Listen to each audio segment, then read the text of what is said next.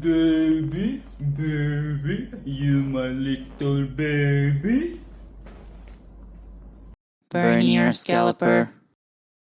Welcome back, and today we will be talking about The Incredibles. Yes, Wazowski, yes. I have watched The Incredibles before, okay? But it was like 20 years ago or something like that. It has been a long time since you came around. It's been a very long time, okay? I hardly remember anything. It's probably like 95% that I have forgotten. Like, I don't remember half of these themes, okay? It was like a totally new film. And I did not realize how shabby the animations were. They aren't bad, don't get me wrong, okay? They aren't bad. I know the animators worked really hard. I've heard some stuff, I've read some stuff. But it is definitely of its time. And you can tell that some characters, especially the side characters, they don't get as nice of a hair animation. The hair comes in chunks and the polygons are very polygon. And but our main characters, they get most of the zhuzh, okay? They get most of the zhuzh. And to kick things off, I must say I really enjoyed the intro. The intro where the superheroes are talking to the camera, like an interview style. Very raw, very candid, very analog. I love this old, I wasn't aware when I was a child that this film has a retro futurism style to it. The aesthetic is set in the 60s, and the technology, the futurism is very much of that time. And I love that aesthetic, okay? I love the retro futurism. I love it, like I love you. And we kick things off very spicy with the scene of Mr. Incredible and Elastigirl flirting. Ow! Like it's so like they go, you know, like it's a lot already at the start. There is so much sexual tension. You see, this is what Baymax and Spies in Disguise weren't giving me. Okay, this is what I needed. And in like the first 10 minutes of the film, we're already getting sex. Damn. With, you know, elastic girls, elastic and flexible positions, you know, like all the positions that she can get herself into. And Mr. Incredible's big chin. Ooh, yeah. Sounds like a recipe for hot sex. Ooh. You did not hear that. And Elastigirl's voice, the voice actress. I did not know that my favorite Architect Channel girly, Dami Lee, was voicing the character. I was not expecting.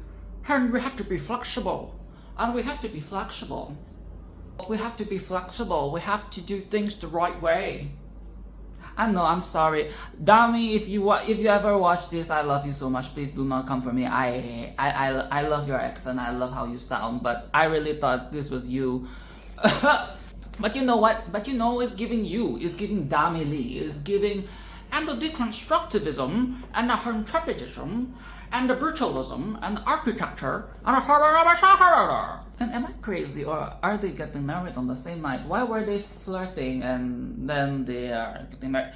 Am I getting the timeline wrong, or is it like a time lapse? I don't know what happened, but it felt like they were getting married in a flash. But it is okay, they are madly in love. I don't bother if they get married within like days of their first meeting, because this was the 60s. I don't know how things worked back then, okay? Perhaps this was the thing. And I don't understand this backstory, okay? Like, the people hated them because they were saving lives. What the fuck is wrong with these people? On one hand, I'm trying to empathize on the sides of the civilians, but people are so ungrateful. Like, they are so... I do not understand, okay? Because I know accidents can happen, but that is the reality of life. You know, accidents happen when you're trying to save lives. Saving lives is not always pretty, bitches, okay? It is very strange, but humans are very strange, so this does not come as a surprise that they would react so extremely. Because on the other end of the spectrum, we have people who would over-rely on the heroes. And that isn't good as well, you know, where they start treating the heroes like commodities or idolatry, and there is a lot of ways you can go about this. But in this film, the way the story is going to pan out is that the heroes are hated and they're driven into normality, okay? Normality, anonymity, Persephone, mastectomy. So yes, it is rather dystopian. Okay, it's rather dystopian for the heroes. And that is the thing, the dystopian nature of the film is done in a very artistic manner as well, because on top of the story, you know, the context of the story, the subtext of this thing, because when Bob, parentheses, Mr. Incredible, goes to his corporate job, we get a lot of these corporate and sterile environments. Very dystopian, very gray. Oh, gray skies. Definitely, we have gray skies. Like, for whatever reason, there is always going to be gray skies. It is just bleak. You know, it is just very mundane, very normal. And this film, it has it so well. Like, there's this artfulness to it, yeah. And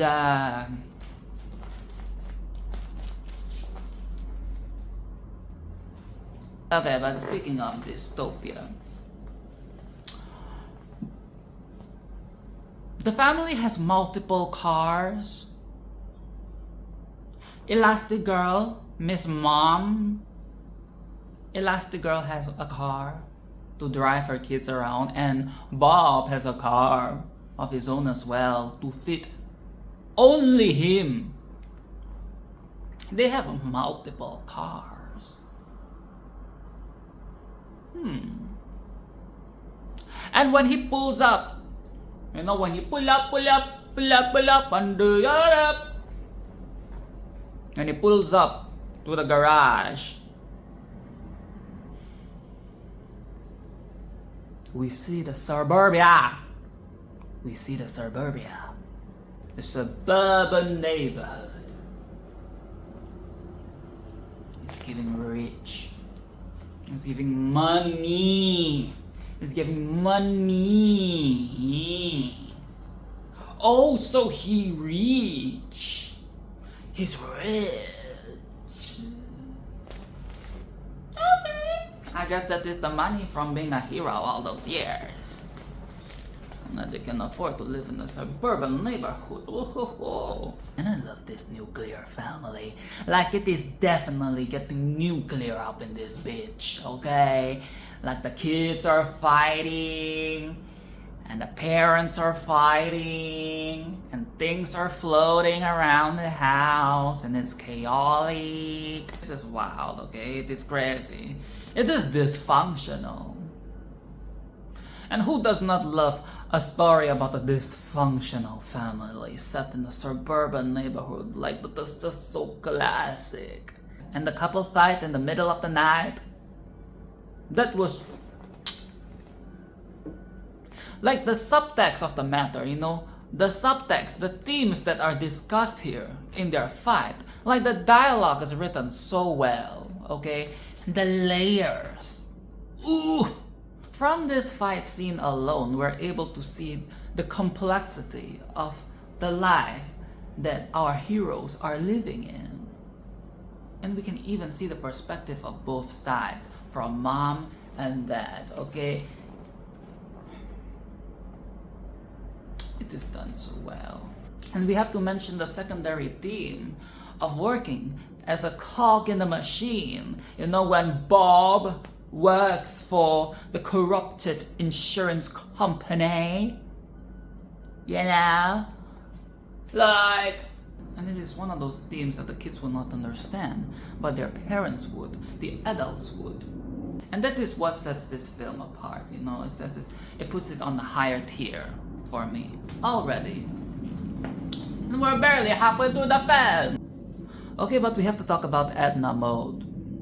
Okay, I've been online. Okay, I would say I'm quite chronically online. So I am aware of Edna Mode. I'm aware of her existence. I'm aware of her cultural impact. I'm aware of the TikTok trends of Edna Mode and the Halloween costumes of Edna Mode. Okay, I'm aware of the icon status of Edna Mode. She is in my conscious knowledge. And I get it now.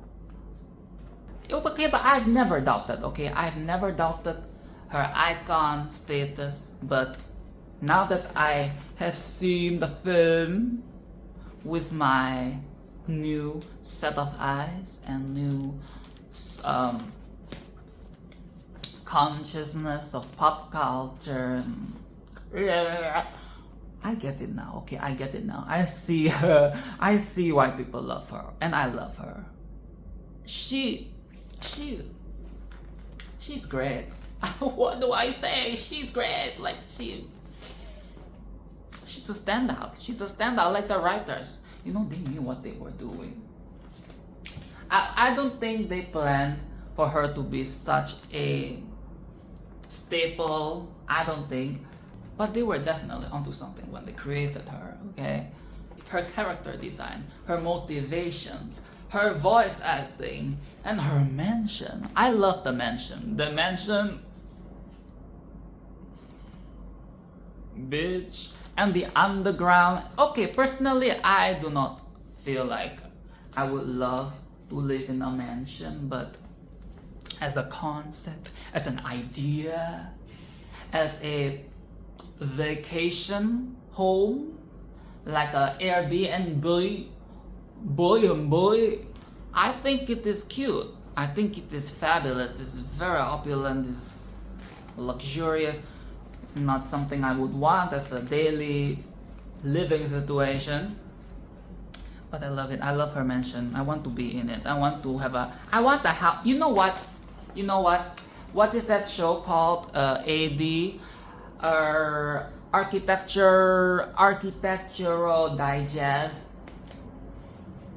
Reader's Digest. You know that one? Yes. We need to do an episode with, we need a spin-off where it's cartoon characters or animated characters. You know what I'm saying? And one of these has to be Edna Mode's mansion tour.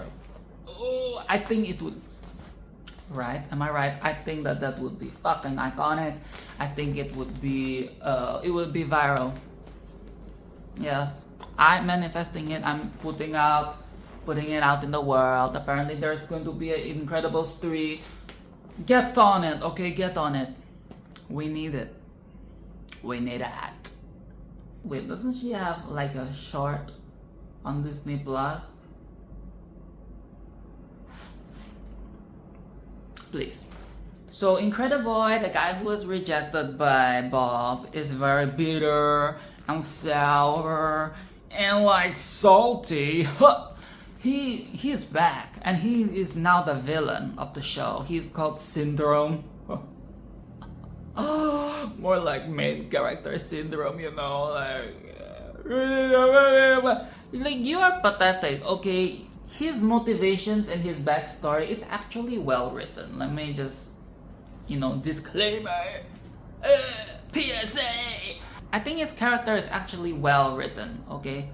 His thoughts and his motivations and his aspirations, they are very fucked up, yes, of course. But it makes a lot of sense in his story arc. But at the same time,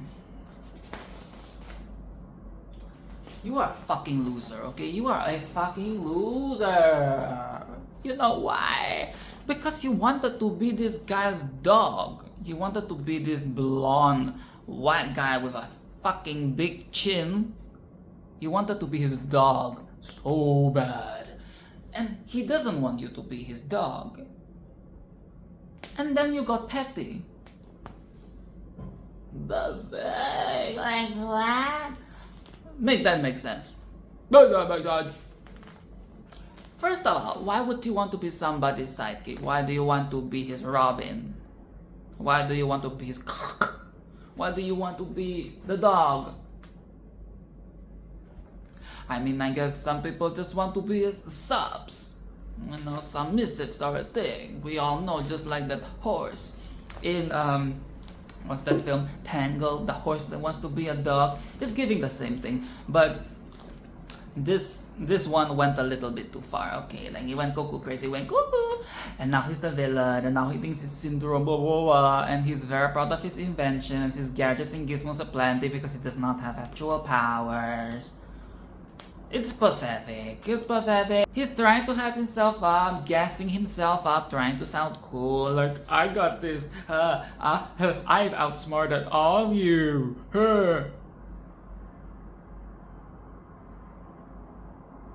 You're pathetic. And the way you were feeling up against Mirage, with your disgusting, sleazy, slimy body and your disgusting, like, tacky hair. Get off of her, okay? Fuck off. Leave Mirage alone. But we will get to Mirage. It's a bit extreme, innit? I really like the scene of Edna giving Elastigirl the pep talk. You know, when Elastigirl's like crying about Bob leaving the family behind to be a hero again. It's like slapping her like, wake up! Wake up! Like, that is the type of person I want to be, okay? That is the type of character I want to be. I want to be in Edna mode. I want to be successful and I want to give people the pep talk when they're being stupid, like, Miss Elastigirl now. Okay, remember who you are, okay? You are Elastigirl. You are a hero. You were and you still are. Remind them, okay? Remind them why you fucking kick ass. You might need some time, and we see it later that Elastigirl needs, she's a little bit rusty. Let's just put it that way, okay? When she does the break-in scene, you know, when she's trying to break into the Kronos lab, it was clumsy. She's a little bit rusty, you know. She just needs some time to warm up herself, and then she'll get back in the swing of things. I don't know what was that I said. But yes to Edna, okay, an icon recognizing another icon. A female icon. Slap the shit out of her. Wake up. It is time. It's not time to cry, but it's time to get your shit together. Okay, this is your destiny. It's actually, do it for your children, do it for your kids, do it for your man, do it for your family. Ohana means family. And the scene where Syndrome reveals in his actions that he's actually okay with losing Mirage to Bob. You know, he is okay with sacrificing her life. Her life, it is nothing to him. Let's be fucking for real. Because Bob is in his rage, he thinks his family is killed, so he threatens to kill Mirage. Yes, I know it is very dark. But of course, Bob, being the kind man, okay, he is not crazy, so of course he does not kill Mirage. He lets Mirage go. That proves to Syndrome that Bob is not capable of killing, but it also proves to Mirage that she does not mean shit to Syndrome. And Syndrome is a cold-hearted bitch. Okay, a cold-hearted Binturi. A dog. Once a bitch. Always a bitch. She's a victim. Mirage is a victim. You know, the film did a very good job in showing how, you know, she led Bob into this place, and then we see her true colors, but now we see her slowly going on to the side of the good guy. She's like, I shouldn't do this anymore. This is wrong. She's a complex character. You see, this film is so good. Like, she is a complex character, even though she is very much a side character. She's not even like in the front line. She's just a subordinate secretary, situational, but she's complex. She has her own redemption arc. But when she helps Bob escape and he hugs her, he gives her an embrace. Elastigirl walks in at that very moment when they were hugging.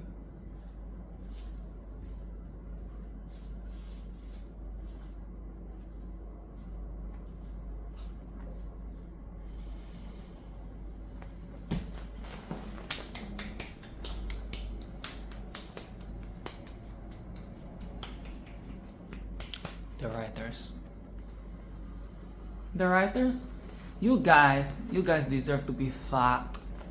You guys deserve to be fucked so good, like so good, so deep and hard. You guys deserve to come. You guys deserve to be loved all night, like so good. You guys deserve to be eaten out. You guys deserve. The writers, they really ate, okay? And after edging us for so long, like the majority of the fucking film, we finally get the family reunion. And we even get a family effort, a family fight scene where they're fighting the baddies together. How fun! How nuclear family! How nuclear family! Jesus Christ. And Syndrome, back to this pathetic loser. The little scene of him fighting his robot, his own robot, you know, play fighting because it is all fake. Pathetic. That is some loser shit. Like, that is some bottom of the barrel type shit. Like, bruh. The way he's controlling the mechanics of the machine while doing the acting and the action, the stunts all by himself. He is like a one-man show. This is like a one-man show. This is like a one-man. He's a stand-up comedian. He's a stand-up comedian. He is a theater act, okay? He's a theater act. He's a mime. He is he's a cabaret artist. He is all of that. And it is all done by himself. It is fucking amazing. What a fucking joke. What a fraud. What a fraudulent fuck. And he's probably an incel as well. Like, you're so cheap, you're so cheap, you're so tacky. Stop! And the final battle with the family, the extended family, because now Frozone is fighting alongside the Incredibles and they're all wearing their shiny new costumes. It is great, it is great. And the fight scene itself is so engaging. It is not just some hack and slash bullshit, okay? Like mindlessly fighting and stupid goofs and gaffes. No. It highlighted everybody's powers. It highlighted their synergy, but at the same time it was still funny. And at the same time there were still stakes. There were still stakes. The stakes were high. They were high.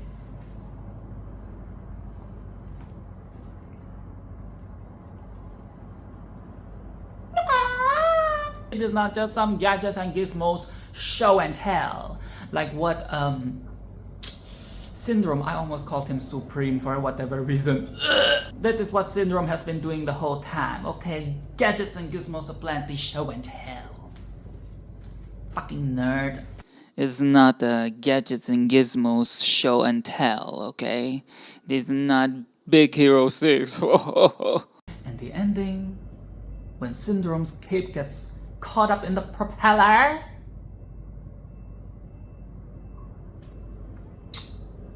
And Violet's force field protects her family. You know, she's finally useful. I mean, she was pretty useful before, but now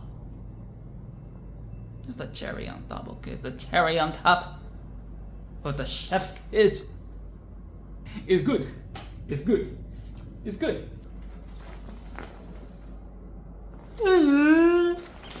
And again, I have to be honest, I thought this film was going to be lots of fighting, lots of flying around, but no, it is way more than that. It is so nuanced, it is so complex, it is so layered, and the writing is so good, the dialogue is so good, the characters are written and designed so well. You know, I thought it was just going to be the kicking of the body ass.